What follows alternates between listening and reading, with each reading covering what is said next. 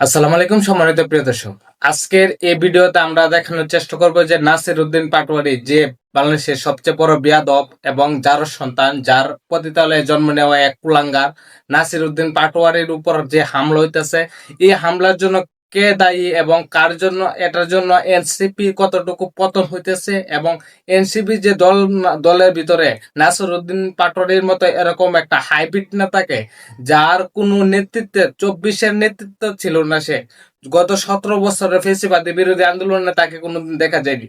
এই 36 দিনের যে এই যে আপনার এই 24-এর যে গণঅভ্যুত্থান হয়েছে তাকে দেখা যায়নি। এরকম একটা কুলাঙ্গার এবং অবৈধ জারজ সন্তানকে নাসির উদ্দিন পাটোয়ারিকে মুখ্যপাত্র বানায়া যেরকম ভাবে জনাব তারেক রহমান এবং জিয়াউর রহমানকে যে মাইকে বার করে যেভাবে গালিগালাজ করাইতেছে এনসিপির কতটুকু পতন হবে এটা আজকে আপনাদের কাছে তুলে ধরার চেষ্টা করব।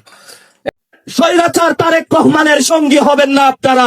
একটা জিনিস চিন্তা করেন, একটা বিএনপির এমপি কে তৈরি করতে গত 17 বছর নেতা কর্মীরা, মানে একটা বিএনপির একটা তার এলাকার এমপি কে তৈরি করতে এবং নেতাকে তৈরি করতে 17 বছর অত্যাচার নিপীড়িত হয়ে জেল জুলুম খাইটা একটা নেতা তৈরি করছে।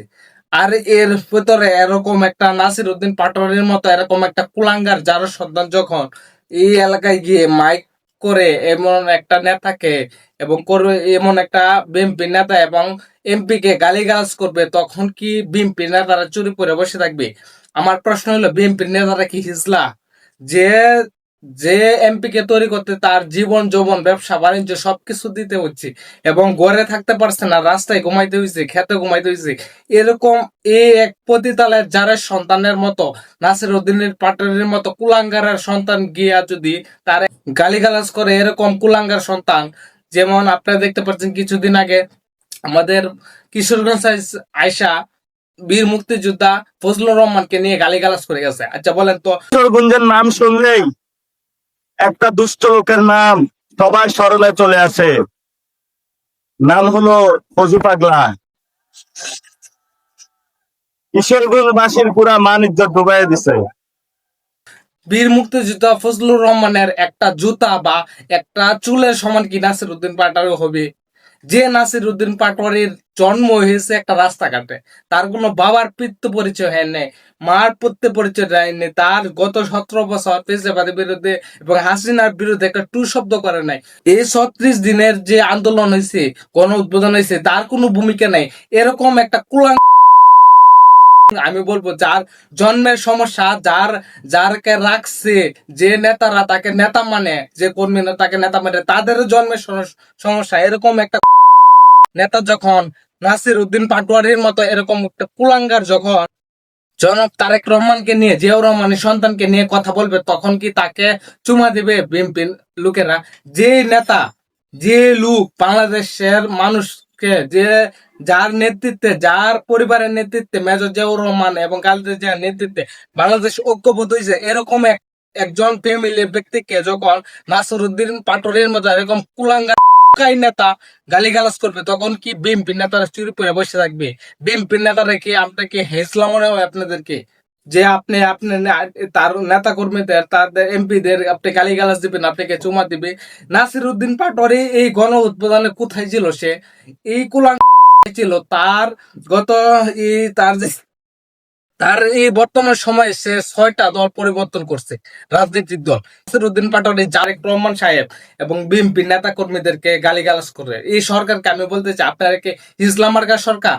যে আপনাকে গালিগালাজ করে, আপনাকে কুলাঙ্গার সন্তান বলে, তারেক রহমানকে কুলাঙ্গার বলে, আর তারেক রহমান এখানে চুপ থাকে, তার ভিতরে তার কোনো মানহানির মামলা দেয় না, তার একটা সঠিক তদন্ত জানা। এবং এরকম সেই নাসির উদ্দিন পাটোয়ারি এই 17 বছর কোথায় ছিল?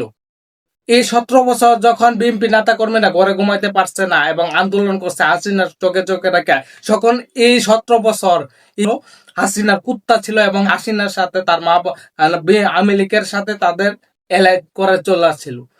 যারা 24-কে নিয়ে দেখছেন না, ফকির নেডেকে নির্বাচনতে এই 24-কে ব্যবহার করে কোটি কোটি টাকার মালিক হয়েছে। এই নাসির উদ্দিন পাটোয়ারি 24-এর আন্দোলন কোথায় ছিল এটা প্রমাণ দিতে বলেন। আমি 24-এর একজন রাজপথের সৈনিক। আমি 24শে জুলাই যোদ্ধা বলছি, কোথায় ছিল বলেন?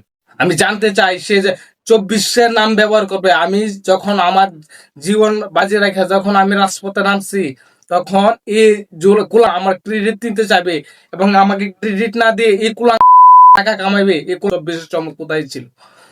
আমি বলতে চাই সারা বাংলাদেশের বিএনপি নেতা কর্মীদের বলতে চাই, এই যদি আর কোন সময় নেতা কর্মীদের অবৈধ গালিগালাজ কোলাঙ্গার শব্দ এরকম বলবে, আপনারা তাকে এমন ভাবে মানে কানো ধরে উঠবাস করে চাপে, তাকে কানো ধরে উঠবাস করবেন, তাকে ক্ষমা চাওয়া যাবেন যে কেন বললো।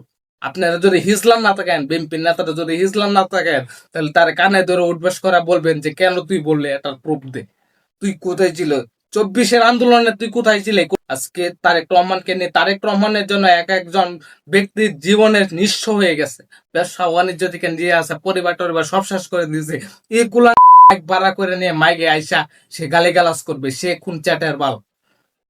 নাসিরউদ্দিন পাটোয়ারি কোন চ্যাটের বাল যে তারেক রহমানকে নিয়ে গালিগালাজ করবে? তারেক রহমানের যে কর্মীরা এরা কি হিজলা নাকি যে গালিগালাজ করবো?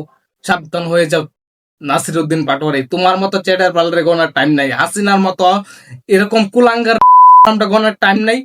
এই গত 17 বছর হাসিনা চোখে চোখ রাখিয়া, হাসিনার বিরোধিতা করে, হাসিনার বিপক্ষে কথা বলে যখন চলছে, তোমার মতো আমরা যে বিএনপি নেতা কর্মীরা সবাই ঐক্যবদ্ধ হবে ইনশাল্লাহ।